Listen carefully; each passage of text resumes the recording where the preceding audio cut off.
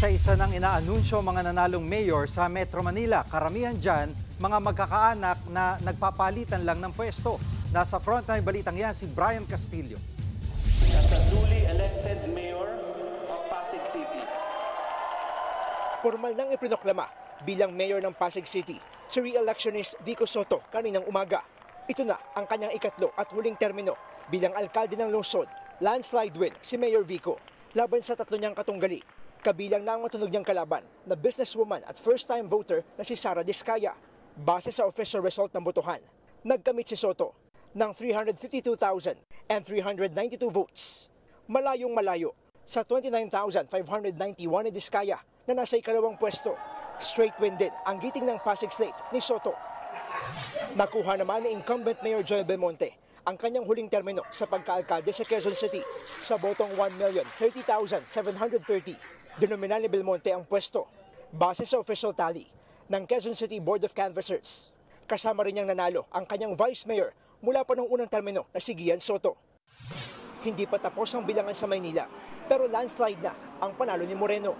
Malaki ang lamang ni Moreno sa dati niyang bise at iyo'y katunggali na si incumbent Manila Mayor Hani Lacuna at Congressman Sam Versosa. Tagumpay naman sa kanyang re-election bid si Taguig City Mayor Lani Cayetano na opisyal na rin naiproklama. Mula 2010, mga Cayetano lang ang nagpapalitan ng posisyon sa Taguig. Higit 680,000 ang registered voters sa Taguig at nakamit ang tagumpay ng kampo ng mga Cayetano kasunod ng paglipat ng 10 embo barangay sa lungsod. Kaugnay niyan, bukas daw si Mayor Lani na makipag-usap sa bagong alkalde ng Makati. Sa Makati naman, papalitan naman ni incumbent Senator Nancy Binay ang kanyang kapatid na si Makati Mayor Abi Binay sa pagkaalkalde.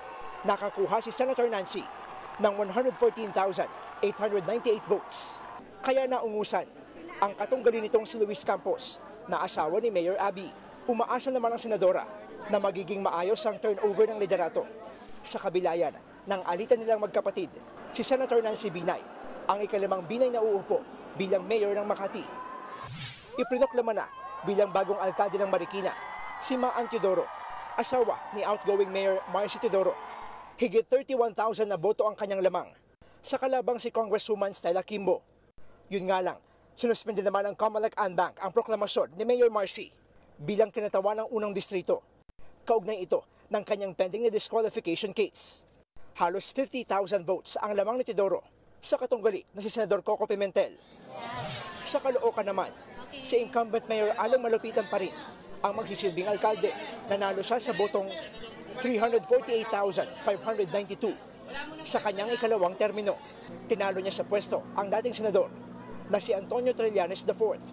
18 taong hinawakan ng mga malapitan ang First District ng Kongreso. Ang mga pasayano naman, pamilya Calixto pa rin ang ibinoto. Nanalo muli sa pagkaalkalde si incumbent Mayor Emmy Calixto. Ito na ang kanyang pangatlo at huling termino. Nagpalitan naman sa pwesto sa Parañaque ang magkapatid na sina First District Representative Edwin Olivares at si incumbent Mayor Eric Olivares. Si Edwin ang uupo ngayon na mayor ng lungsod, habang si Eric naman ang magiging First District Representative. Dati nang naging mayor si Edwin mula 2013 hanggang 2022. Mag-inang Aguilar naman ang nanalo sa Las Piñas. Si April Aguilar ang nanalo bilang alkalde. Nanalo siya laban sa kanyang pinsan na si Carlo Aguilar. Habang si incumbent Las Piñas Mayor Imelda Aguilar naman ang uupo bilang vice-alkalde. Nanalo naman sa ikalawang termino si re-electionist Malabon Mayor Jeannie Sandoval. Landslide win naman sa pagka-mayor ng San Juan si re-electionist Mayor Francis Zamora. Ito na ang kanyang ikatlo at huling termino.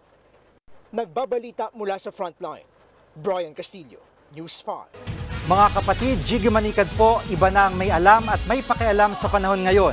Para sa konkreto, kumpleto at komprehensibong balitaan sa Frontline, mag-follow at mag-subscribe sa social media pages ng News 5.